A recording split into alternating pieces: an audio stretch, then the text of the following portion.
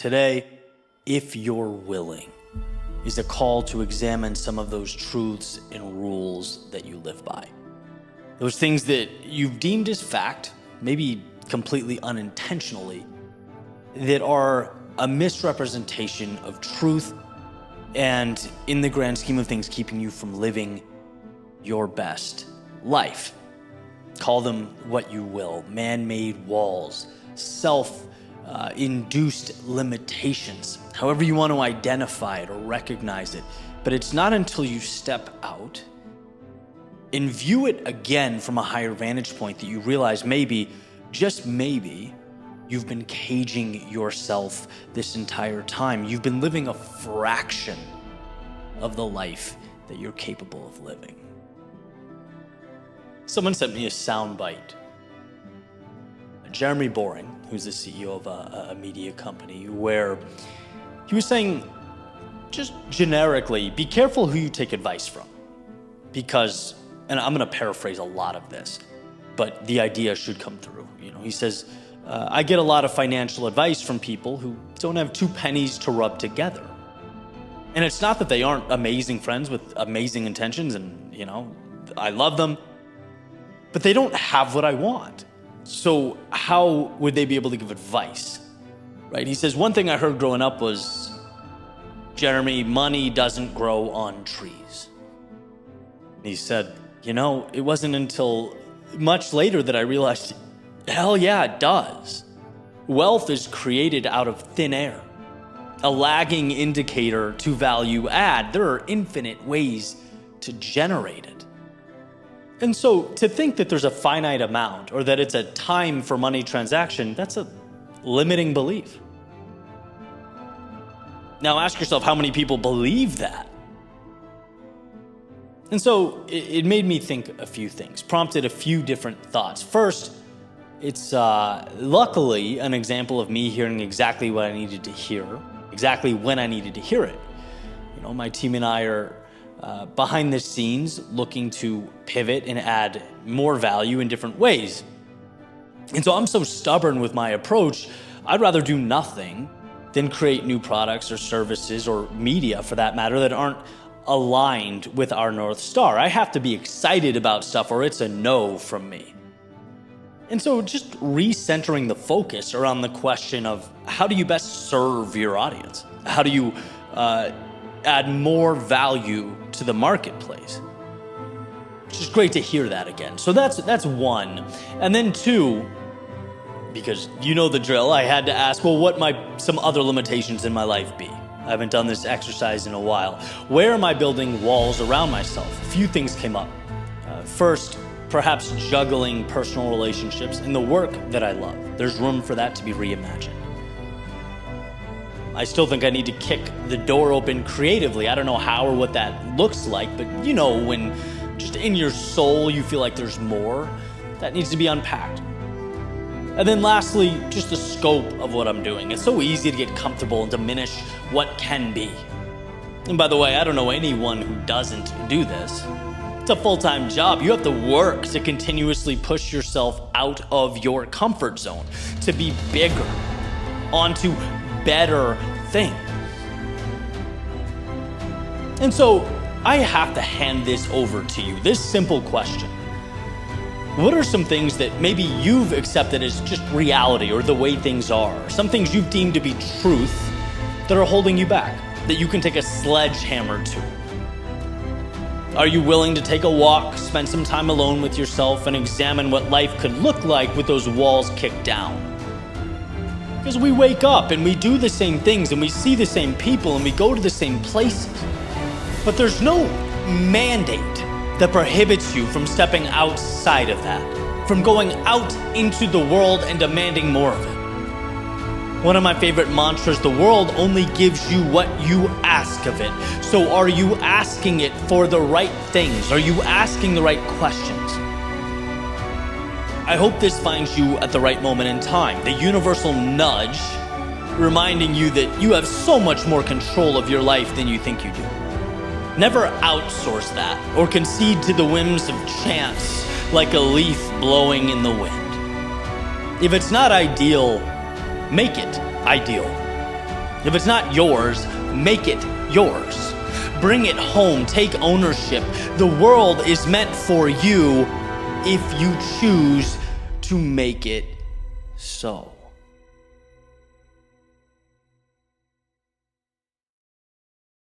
Marcus Aurelius wrote, "Frightened of change? But what can exist without it? What's closer to nature's heart? Can you take a hot bath and leave the firewood as it was? Eat food without transforming it? Can any vital process take place without something being changed? Can't you see? It's just the same with you, and just as vital to nature." The only thing consistent about the world we live in is change. But it also happens to be one of the hardest things to wrap our heads around. We want consistency. We want predictability. And this innate desire is often at tension with the action we need to take, right? You can't stay the same and evolve. The Stoics often point to our impermanence as an incentive to grow, to live the lives we were meant to live. Because eventually the lights are going to turn off.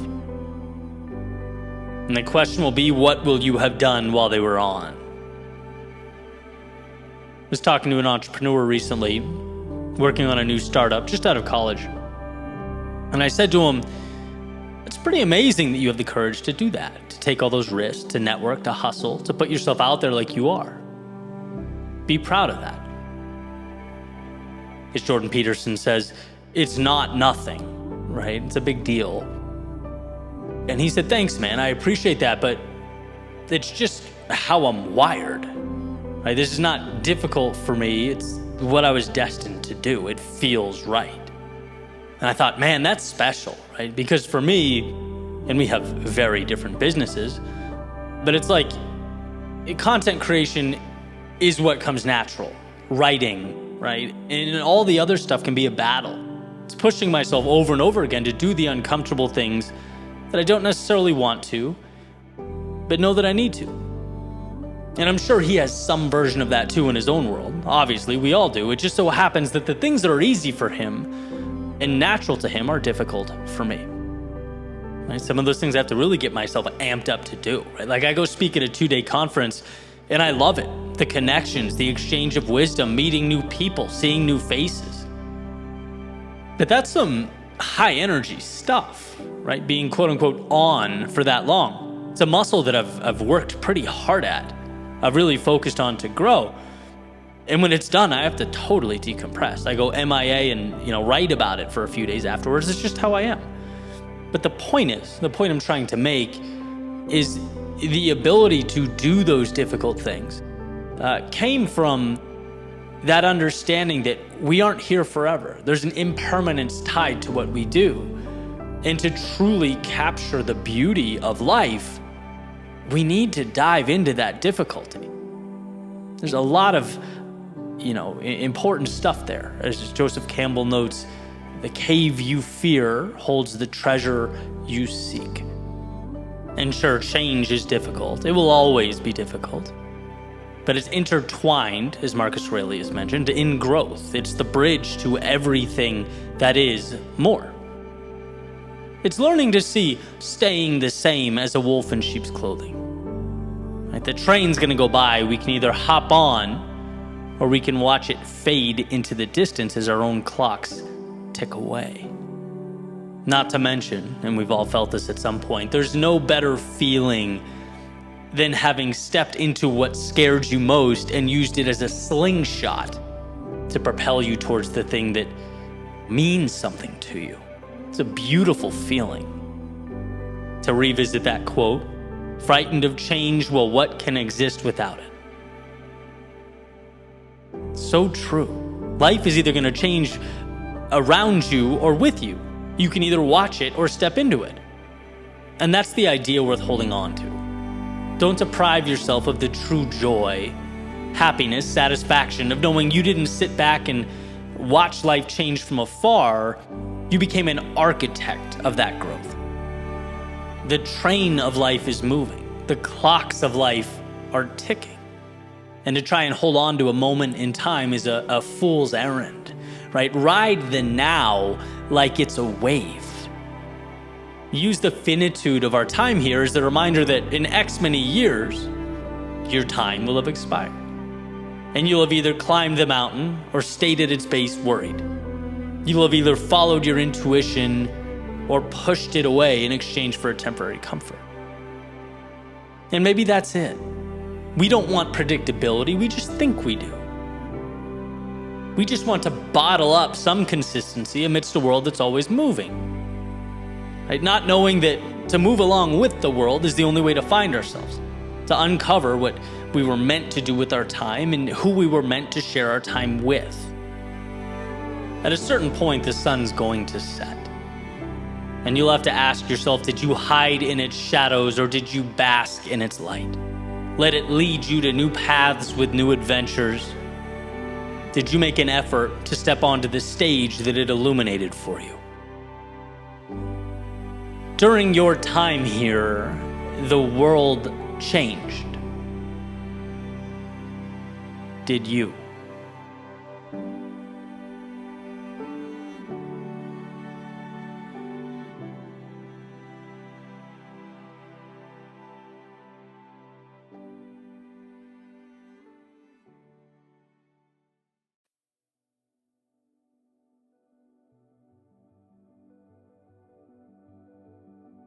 Use what you have where you are. A friend of mine at one point found himself in his mid-20s, fighting his way back from what he refers to as a pretty substantial setback that had occurred. He was basically rebuilding his life. Okay, found himself looking up at an enormous mountain to climb, unsure what he would do for a living, how he would make ends meet, very much lacking direction. And as he pondered, he got a job as a pizza oven repair guy. Learned the ins and outs of the craft as he showed up every day, eyes still focused down the road, still contemplating what would be the best move for his future. And as some time passed, he started to realize he was mastering the very niche craft that he was showing up to do every day, right? Was acquiring a very specific competency and quickly becoming great at it. After a little bit of time, he started thinking, hey, I could branch out on my own here. I could start my own pizza oven repair business. And he did. And after not too long, hired an entire team to work with him. Then progressed into delivering and installing new ovens all over the country, and is currently working on some new technology as well to supplement the install and repair part of the business. The guy's doing incredibly well. And it's interesting because you're having a conversation with him about his success, and it's like, how on earth did you find yourself doing what you do? It's so specific. And he'll tell you, he worried, he pondered, he thought about business degrees and career trajectories and all that. But the difference was that he didn't take the moment for granted. He saw the value where he was with what he had. Where, he could have seen it as a bridge job or a chapter in the story or however you want to describe it. He saw it as an opportunity. He saw the present as the answer. Show up and give everything you have to being great now. Because when you're competent in a craft and ambitious, as he is, that's a scary combo. The world becomes yours.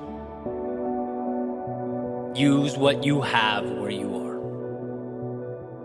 And you will, because of this mantra, see doors unlock that perhaps you never thought possible. There are pieces around you now that will push you to grow and evolve. The problem is we very often dismiss them. What my friend turned into an empire, a success story, could just as easily have been an obligation while he waited for the world to give him something different. And sure, I think it's important for me to emphasize the point isn't to stay where you are forever if you're unhappy. Of course not. The point is that there's value in aiming to be exceptional at whatever it is you are doing, whatever you are committing to, even if it appears mundane. The point is that so much potential is sown into our day-to-day. It just tends to blend in and not feel important, at least at first glance. You know, doors open for people who are great at what they do, and people who are great at what they do live with a curiosity, consistency, and intensity that others might not. It's amazing how when we feel that we are gaining competence in something or excelling in something, it becomes enjoyable. Which highlights the fact that, so often our stagnation is a byproduct of us standing in our own way, choosing not to grow. I mean, I can't explain how trivial what I do now felt when I first started in 2014. Sharing my thoughts into a microphone, making little 3-minute videos, uploading them to the internet, right? To an audience of my immediate family for $0. You know how dumb my rational brain was trying to convince me that was? You know how easy it would have been to move on and simply look back on that period of time as my little YouTube experiment? But again, there is this strange phenomenon that when you inject yourself into something and vow to get better at it, it lifts you up, it excites you, it brightens your world. I had, as I've talked about so many times, found that intersection of what I love and what adds value to others. And that was everything. And the solution appeared not because I bumped into someone that had some life-changing opportunity for me. It wasn't because I found this shortcut or secret formula. No, I just used what was already sitting in my little apartment on Comm Ave in Boston. It's incredible how often our answers are right where we are. That's why, as I've progressed through this journey, I understand balance. I understand the value of, looking at that horizon, having big plans and ambition, but also cherishing the opportunity at our feet now, looking around, because again and again and again, the opportunity is disguised as triviality, as the stuff we walk right by. Always remember that there's something around you that can be transformed into opportunity, even if it's small. And if you choose to look for it, you will empower yourself. Everyday things. I can throw off examples for days. The internet, incredible resource, leverage it. Whether it's connecting or sharing or creating or learning. Your day-to-day effort. Like my friend with the pizza oven installation repair company. That world doesn't exist if he doesn't take the little things incredibly seriously. Show up to whatever you do with a tenacity that will propel you to new heights. Whether it's in that same field or it carries you over to another. Or utilizing your network. There are people you know today, right now, that can contribute to your momentum. Seek them out. Time. The 30-minute blocks that we deem insignificant or downtime between one event and another. Think of the compounding of turning that into a push-up session every day or your 30-minute audiobook time. And sure, all of these examples are sort of sporadic, they're contextually different, but they have one very important common theme. And that's opportunity being squeezed out of resources that we already possess. It's instead of walking by the pile of bricks every morning, picking one up at a time and beginning to stack them. I'm a firm believer that the difference maker for so many is not IQ. It's not going to this or that college. It's not your background. It's, did you recognize the opportunities surrounding you? Did you find the value or the excuse? Because both will always exist. And that's what we have to understand. The details around you can be your reason for staying right where you are, or for doing the unimaginable. So understand the power of utilizing what you have where you are. Make a point to look for the tools within reach. They say what's trash or junk to one man can be treasure to another. Well, understand that your eyes are capable of seeing both. You have to lead them to the value. You have to become comfortable with pausing, letting the emotion subside and asking, how can I win here, now, with the pieces that are available to me? Because they are available.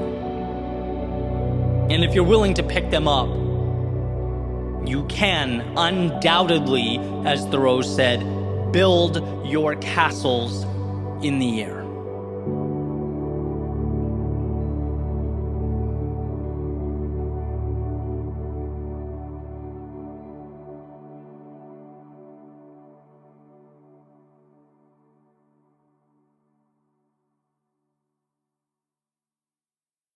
I learned recently how grateful I am for storms.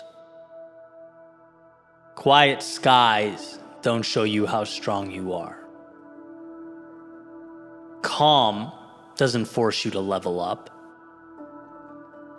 No, it's when the ground shakes we learn to endure. We're forced to find within ourselves a resilience that was once tucked away. They say confidence is earned. And well, it's earned because when we walk through hell, we give our greatness permission to walk alongside us. We grow in proportion to the discomfort we allow in our lives. Our evolution is tied to the stressors we face. When we don't know what to do, we have to look in the mirror and find solutions. When we don't know where to go, we learn to navigate foreign, even hostile terrain. When we allow life to push us, we learn to push back. If you want more, allow more to be placed before you. A lot of us want to be slaying dragons, but never find the courage to approach the mountain where the dragons sleep. A lot of us want our blades sharpened, but never approach the fire that would forge them. It's not discomfort for the sake of discomfort. No, it's discomfort so that your greatness receives the invite to materialize. It's discomfort so that you can teach yourself what you're capable of. When you stay safe, you remain tied to reality as it is. When you avoid chaos, you never learn to shape it, and it's in shaping the turbulence that we become capable, that we grow. So remember that voice telling you to step down, to shy away from difficulty, chaos, and discomfort. That voice is completely at odds with your potential. That voice wants to preserve. It doesn't want conflict because conflict threatens the now. But a life fully lived takes the current state, it smashes it on the floor, and it rebuilds over and over again. A life fully lived is walking through the fire so that you are forced to become someone who can handle the flames. Be grateful for those storms. They give the excellence within you a face. They take you by the hand and show you what you've been capable of since the very day you were born.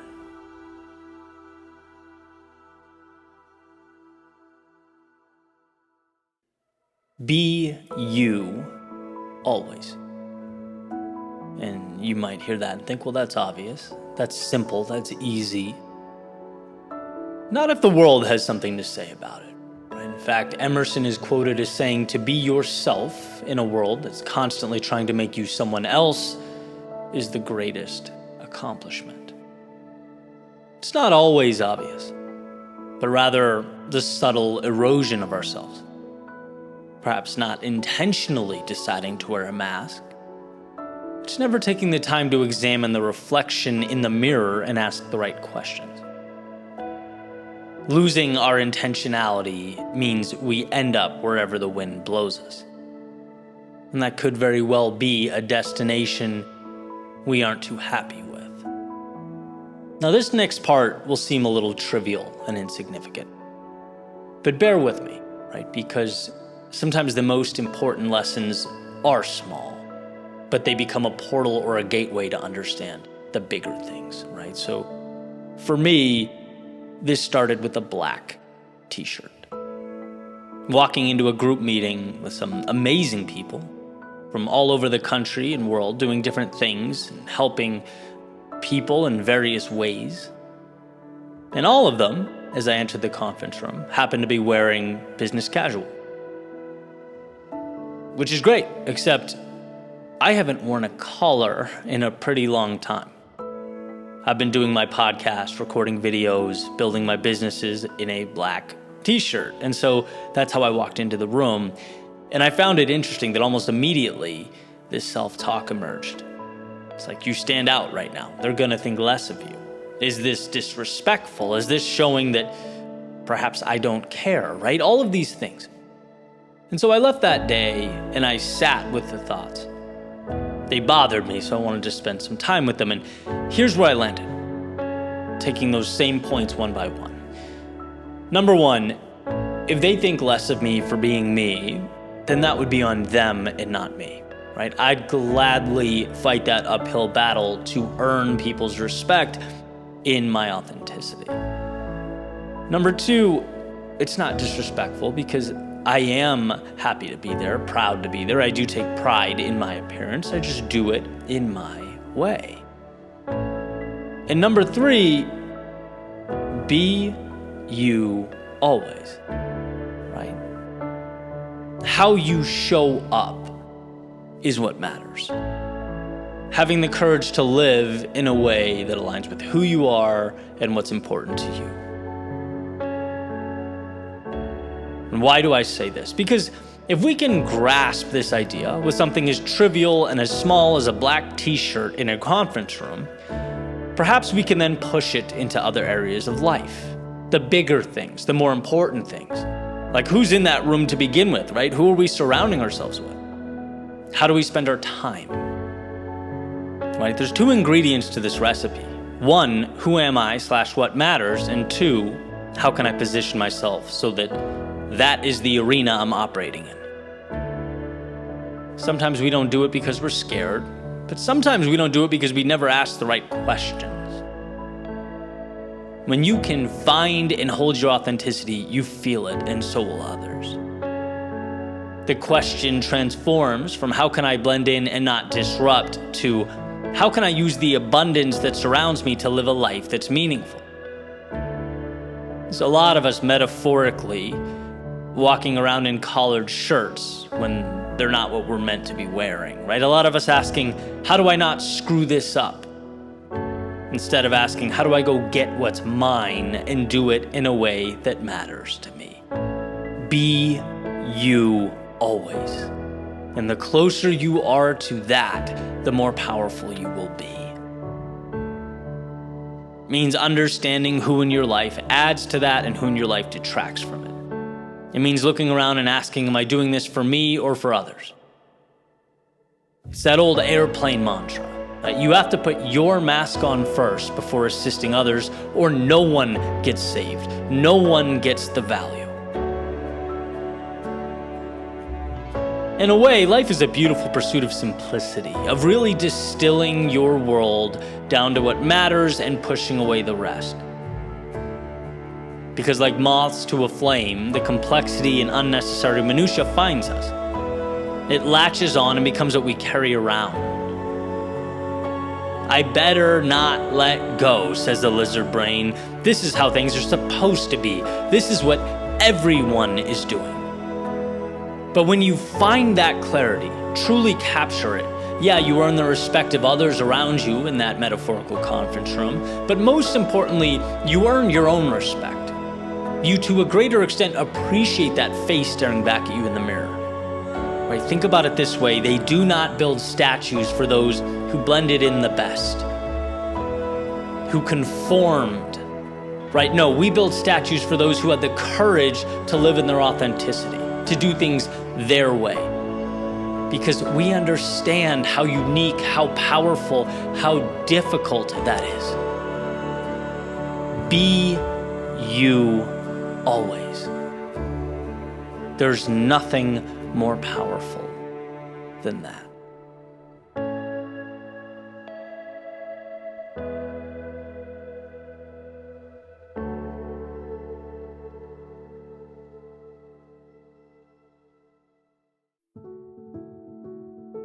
In a way, the world is a mirror that reflects how you feel. And if life is consistently mirroring back images that aren't ideal, perhaps it's time to chip away, not at the world, but at yourself. It's time to work. And sometimes that's roll up your sleeves and be better work. It's get up a little bit earlier work.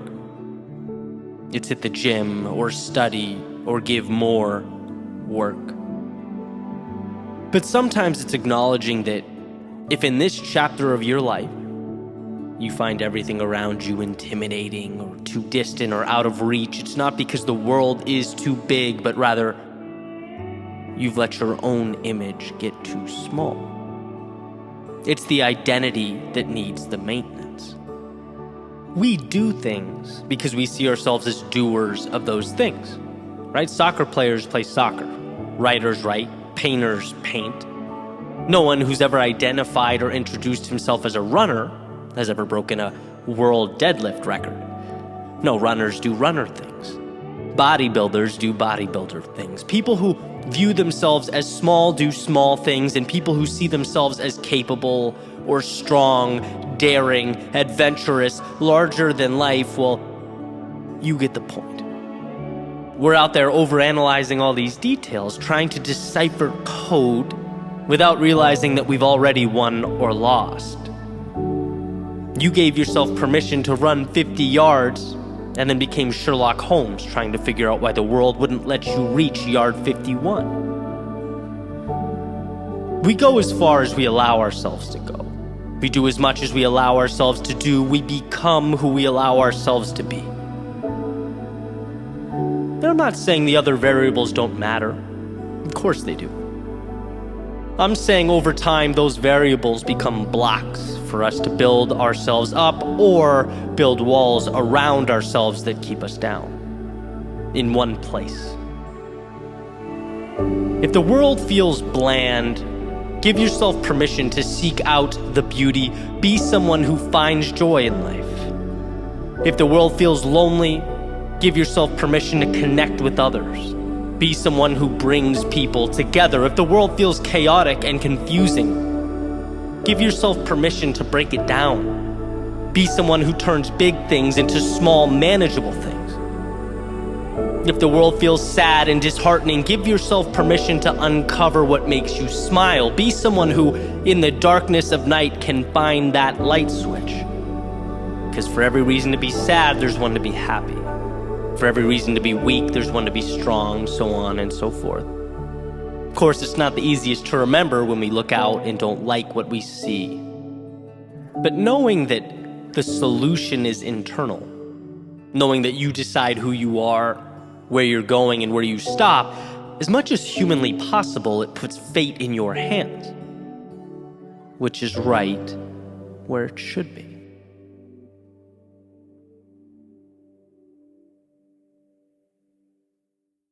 Stop protecting what you've built, like what you've built is what holds the value. No, the value is in the builder, his or her knowledge and ability to build again and again if they so desire. On an episode last week, I talked about a conversation recently had at a mastermind in Santa Monica. I want to pass along one more piece of wisdom from that day that I found to be incredibly valuable. This was just a random comment made by someone in the group. And so to kick off the scenario, someone asks everyone in the room, hey, but what if things don't work out? And it was more specific. I forget exactly what it was. Something along the lines of, what if the monthly revenue decreases? Or, what if, my target or my intended outcome doesn't evolve or unfold the way I wanted it to? What then? Is it worth taking the risk? And this person stands up and says, listen, we need to stop looking at our businesses like it is the only business. Like it is something that needs to be protected, that if it falls down or if it's taken away, it's over, it's the end of us. We are entrepreneurs, which means the power and strength is in our ability to build again, not the thing that's built, right? Theoretically, we should be able to do this over and over and over again. And what we do, and obviously I'm paraphrasing all of this, right? But what we do is we put cages around ourselves and our potential. We shackle ourselves to the current moment instead of taking the necessary risks because we're thinking, what if we lose it all? Well, fine. It's the ability to build again. And I loved the idea because, man, it's relatable to me. Right? I have 3 businesses I'm growing right now, and every single one of them, I find myself playing conservative at times, not wanting to break the momentum or what's going. Right? I've spent a decade building this, and the most valuable thing I've acquired or produced is not the company. It's the ability to add value. Right? That's what's been built. And even if the physical company disappeared overnight, no one can take what's been learned. I think it was in the book, The Happiness Hypothesis, which was one of the first books I read almost a decade ago prior to starting my personal brand and really beginning my journey. And the idea was you could take everything away from the top, 2 to 5%. Maybe it was all the way up to 10. And they would reacquire it in the next 10 years, right? Because it's not the stuff they had that made the difference. It was their ability to acquire it, their understanding of the world, not looking at life through a scarcity mindset, but an abundance mindset, positioning themselves to build and grow. That's something that cannot be taken away. And this is all a message that is hitting at the exact time I need to hear it. Right? Be bold. No, that's not bold. That's maintenance. That's doing what you've always done. Plus maybe a little extra here or there, right? Truly living is about uncapping yourself in totality. Really reaching. Because you know that it's not the entity that holds the value, it's the one or ones who brought it to life. It's crazy to me that even when you are aware of fear, when you understand our proclivity to play scared, right? You get it. It's something we need to look out for. Even then, do we still find in our own lives places where we're limiting ourselves? As if the fear just hides in the shadows, right? Controlling the subconscious from a distance, like a puppet master. Strength, growth, evolution is the ability to find that fear and dismantle it. As was said to me a few years ago, most actions are reversible, right? Meaning you can make a mistake and it can be reversed. It can almost always be fixed, or at least reapproached from a more intelligent angle. But what certainly cannot be fixed or changed or adjusted are roads never walked, adventures never begun.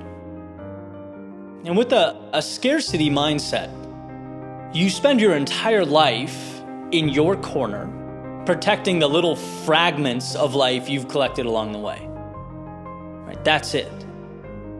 But if you can flip that, if you can find a way to see the abundance, the value, the infinite opportunity, you realize it's not in those little fragments you've collected, but the understanding that you can always collect more, and not only that, build something beautiful with them. Not only acquire more, but use them to create a new reality. Bend and shape the word normal like it's clay. Like the world around you is not giving orders, but taking them. You hold the value, not what you've made.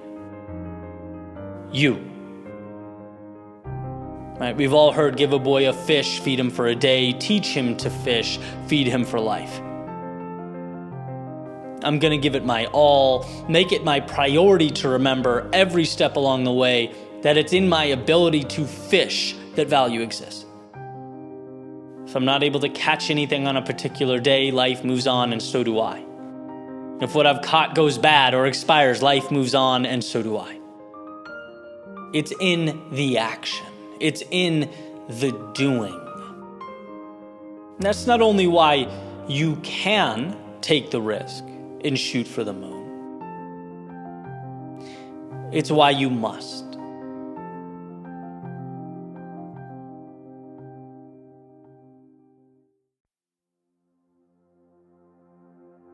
I was recently in Dallas visiting some old friends, and was chatting with someone that I'd been friends with for a long time, and he was mentioning that he'd gone through some pretty big life changes over the past few years, and was excited about the fact that after a pretty rough stretch, he had recovered or found his workout routine again, sort of a revival in his old identity.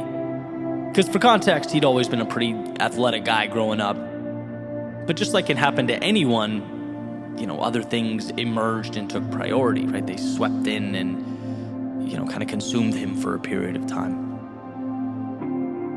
And I guess, in a way, that part of him that used to fire on all cylinders was buried. He lost it. And so anyway, we're talking, and he's saying that he had been a little down, put on a little weight. And the struggle was, according to him, making time for fitness in his now incredibly busy life. He's got a toddler running around, a very time-intensive job. On top of that, he's remodeling houses. He's doing a lot. And this is the part that stood out to me. He said, Eddie, I've tried everything.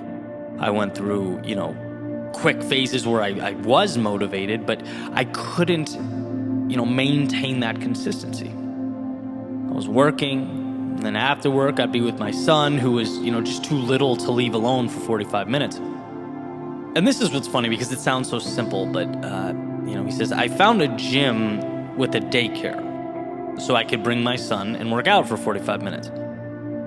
And that's when I was able to establish a routine, and that one action or decision allowed my entire life to get back on track, right? That was the rock I had to move, which is the phraseology that I want to focus on here. I think it's brilliant the way he said it.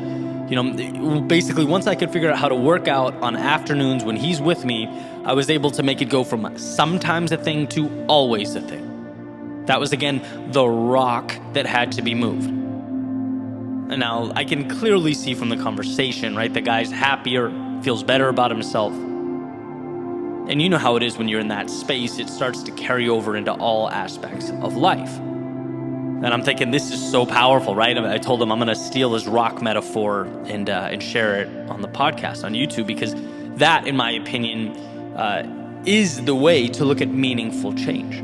He nails it. It's not what do I need to get or acquire or add, like, we tend to think in those situations. No, it's what's preventing me from leveling up. What do I need to move, to get rid of? Where's the boulder I have to push out of the way? And sure, there's a temptation to perhaps oversimplify, but I think that's exponentially better than the alternative, which is making things unnecessarily complex. And in a way, that's what humans do best anyway, right? The world is infinite numbers and data points and variables.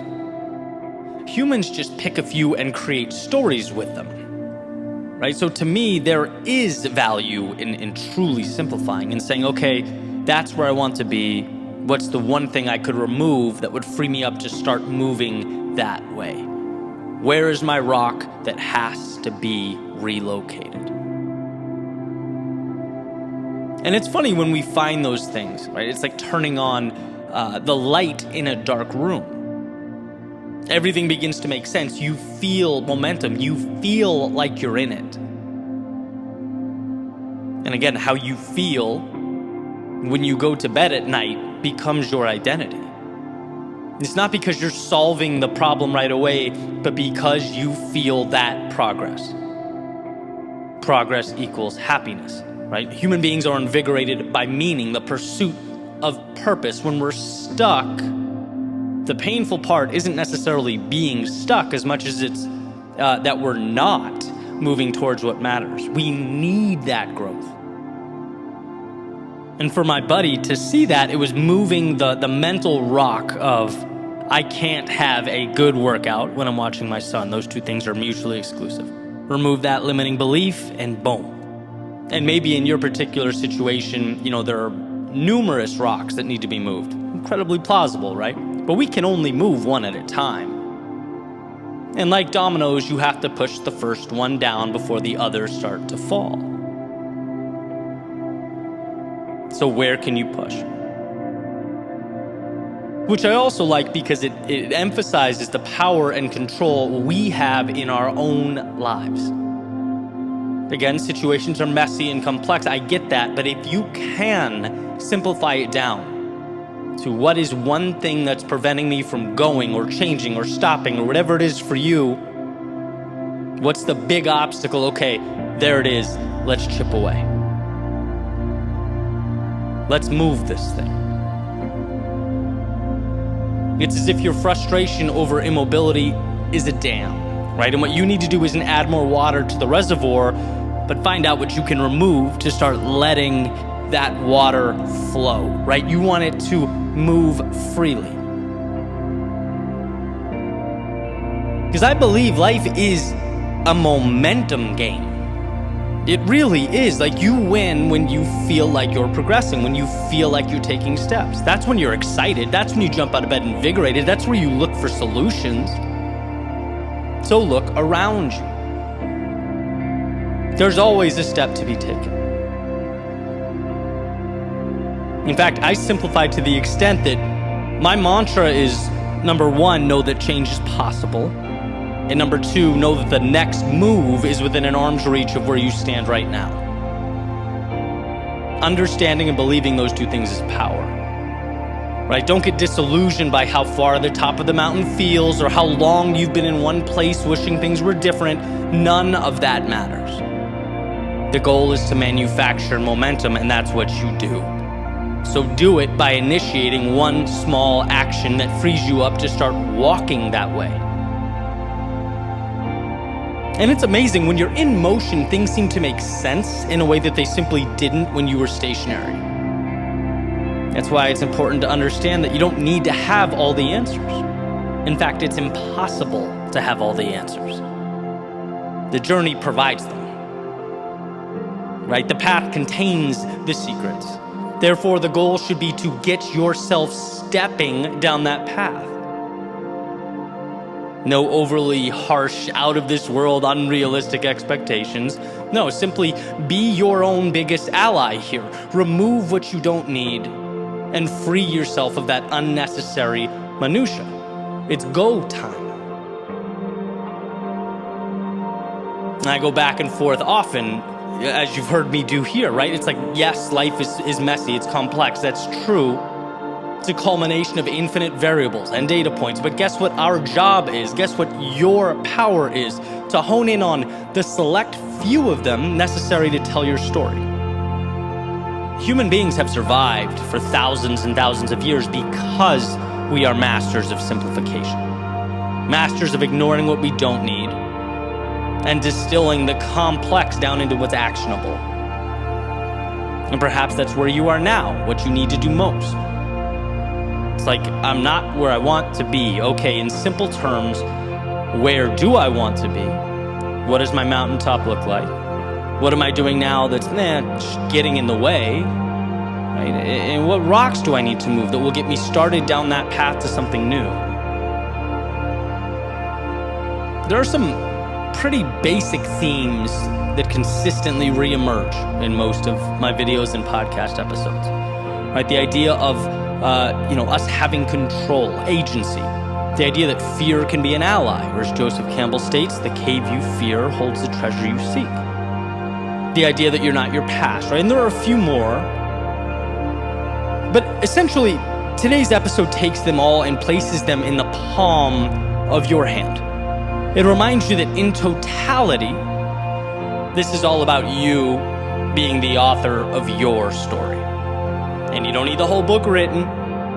Ideas, character development, and all that stuff will come into your head as you write, as the pen hits the paper. You just need to find that starting point. Self-assess. Identify that little piece of opportunity that was hidden beneath the excess. And begin.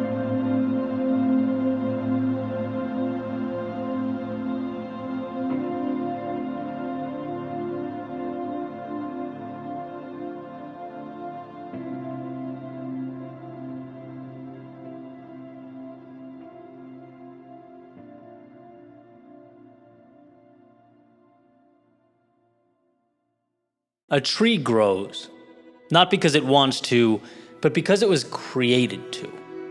It's a story about potential, right? And about a decade ago, right when I started writing, speaking, creating content online, I came across that message, and it was transformative for me, right? The idea that human beings are the only life form that will do less than they possibly can. The full quote by, no surprise, Jim Rohn, he says, "Every life form seems to strive to its maximum, except human beings. How tall will a tree grow? As tall as it possibly can. Human beings, on the other hand, have been given the dignity of choice. You can choose to be all, or you can choose to be less. So why not stretch up to the full measure of the challenge and see what you can do?" Beautifully said. Right? Imagine every night of your life going to bed knowing that there was more inside of you. Imagine running a race knowing there were other levels that you could have reached for, but didn't. Imagine looking back on a life of infinite possibility and knowing you created finite parameters. Now, I'm not saying you have to live every waking moment obsessed with always being better than you currently are, right? I'm merely asking you a question. Aren't you curious? Don't you want to know what that ceiling is, that space for which excellence has been reserved?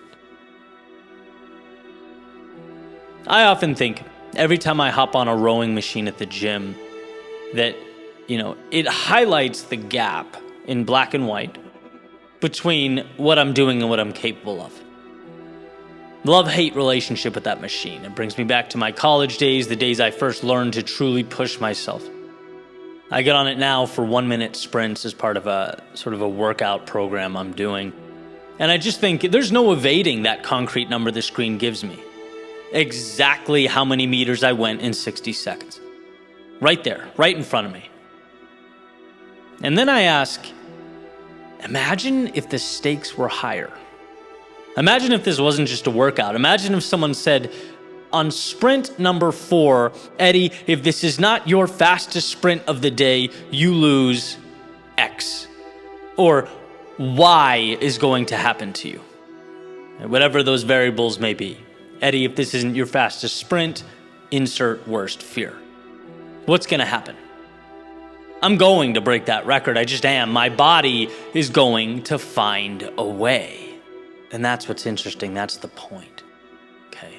What this metaphor is not an indicator that you need to go around scaring yourself into personal bests.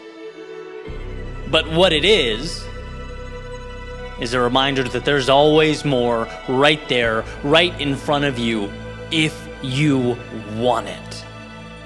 It's a pointing out that we all live somewhere under what our best could be.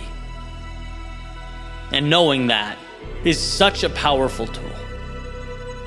It's powerful because there's no screen showing you the meters you traveled when it comes to where you are with your work, or your health, or your relationships. There are indicators, sure, but so much goes unmeasured.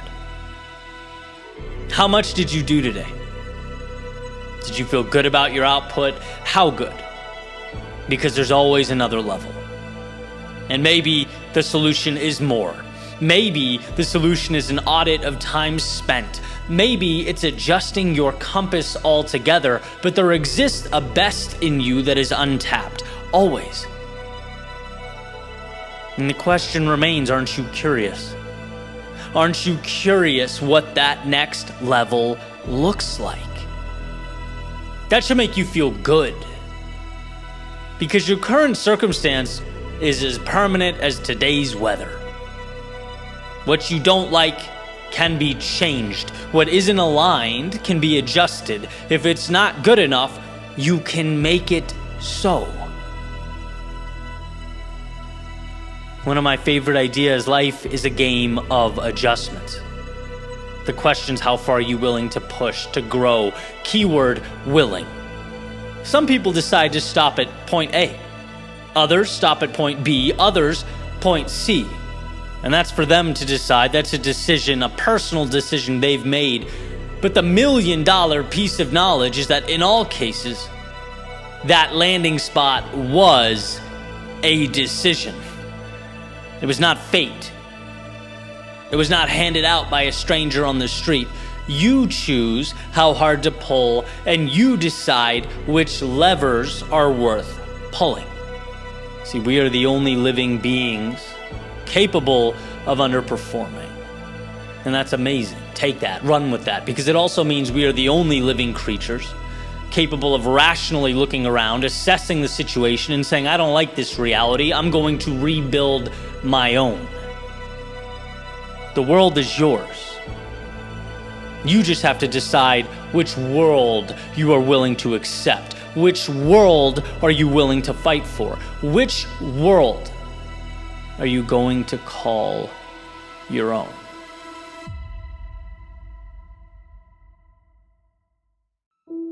"90 seconds is too much." Just is. I can't do 90 seconds. And I can't do 90 seconds because my brain can't compute 90 seconds. But I can do 30 seconds. And I can do 30 seconds forever. As we navigate our day-to-day, it's hard to see that because so often our day-to-day lacks clarity. So what can we do about it? Well, we can place ourselves in situations where we are reminded. One of them I've talked about before, being the cold plunge. Immersing yourself in cold water. Well, sure, there are health benefits, some of which are debated and disputed, but I certainly notice value in that department. But to me, that's not the biggest value add, not even close. To me, it's simply the daily reminder that I can do hard things, that it's who I am. We need to reestablish that consistently. Confidence is earned. And I know in my life, I must earn it repeatedly. And when I'm immersed in the cold and shivering, there's always a point in my mind, however brief, that I'm thinking, I want out now. The other day, I was at this point, looked at my watch, 90 seconds left. And that day, in that moment, it felt like an eternity, just too much. And those of you who are endurance athletes, for example, you know that when your body's operating at max capacity, you're suffering, you're exhausted, 90 seconds is truly a lifetime. When you look at it like that, it's too much discomfort for a minute and a half. Your heart starts beating, your mind starts worrying, right? And so what do we do about it? We look at it a little differently because from a different angle, you can skip it. You can do 30 seconds. The brain can grasp and digest 30 seconds. You can do anything for 30 seconds. Okay, so you start counting. All of a sudden, 30 gone. Now what? Well, you just did 30. You see how quick that went? Do another 30. Okay, done. Just like that. Now what? 30 more. But this is the last 30. You don't even feel anything on the last 30, right? Come on, adrenaline's going. You can feel the finish line. This is free time. This is a gift. This is cruise control. And now, done. You didn't have to do 90 seconds. You only had to do 3 by 30. And anyone saying, come on, man, that's the same thing. Yeah, it's the same when you're not under duress. But it's a miracle when you are. So why is running life? Why is cold plunging life? Why is putting your body through stress or difficulty life? Because you remember that life is taking big, difficult, seemingly complex things and breaking them down into manageable tasks. That is life. The pieces are always manageable. Now, the monster we allow the pieces to become when we stack them up and give them an invisible face, that's not so manageable. That's self-sabotage. And so to arm yourself with the understanding that all big things must be broken down is to green light the extraordinary. On day 1 in 2014, a YouTube channel with 0 subscribers, growing to help over 100,000 people a day, that's a 90-second cold plunge. That's unfathomable, unthinkable, impossible. But one video, weekly, at least, for 9 years, that's a 30-second cold plunge. It's very doable. Standing in front of the mirror, practicing storytelling and speaking, it's 30 seconds in cold water. Reaching out to others to learn, to get better, 30 seconds in cold water. It's like you look back and you see that you endured that 90-second plunge simply by breaking it down. That's all growth is. That's all evolution is. Finding the smallest piece possible and making it actionable. And then watching that transform, multiply, compound over time. In one of my favorite books, Unbroken by Laura Hillenbrand, this reminder comes through beautifully. Louis Zamperini, an American prisoner of war in Japanese internment camps during World War II, he basically experiences unimaginable hell and suffering. He watches his friends die, he's beaten, he's starved, he comes close to death himself. And at the end, when he's rescued, and I'm paraphrasing, but I remember this part incredibly vividly, he's asked if he could do that again, and he states he'd rather die. Because turning around and viewing it holistically like that is too much. It's unfathomable. That pain is bigger than one can even comprehend. But taking something like that, day by day, step by step, he did the unthinkable. He survived. In breaking the 90-second task down into 30-second pieces, he walked away. In breaking the seemingly insurmountable down into the manageable, and looking at each individual step as a superpower, he emerged. And you talk about perspective. His experience was as challenging as it gets. Right? My cold plunge is laughable in comparison. But my mind doesn't know that. It's up to me to reinforce it. Building a business is nothing in comparison to Louis Zamperini, but my mind doesn't know that. Healing my shoulder and getting stronger in the gym is nothing in comparison, but my mind does not know that. It's looking at the mountain and reminding myself, Eddie, you can't leap those. I've seen you jump, buddy. But the good news is, no mountains need be leapt here. We ascend this thing one rock at a time, and mark my words, you conquer those manageable tasks day in and day out, you will find yourself. So when you feel stuck or too small for the task at hand, remind yourself you're looking at a 90-second block here. Break that down. Ask yourself what your 30 is. Ask yourself what you can create that's manageable, that will create your momentum, that will shoot you into a trajectory that will allow growth and position you someday to look back over your shoulder and go, wow, I endured all that. A transformation too big to understand on day one. It's a beautiful thing watching all those little steps add up to create the extraordinary.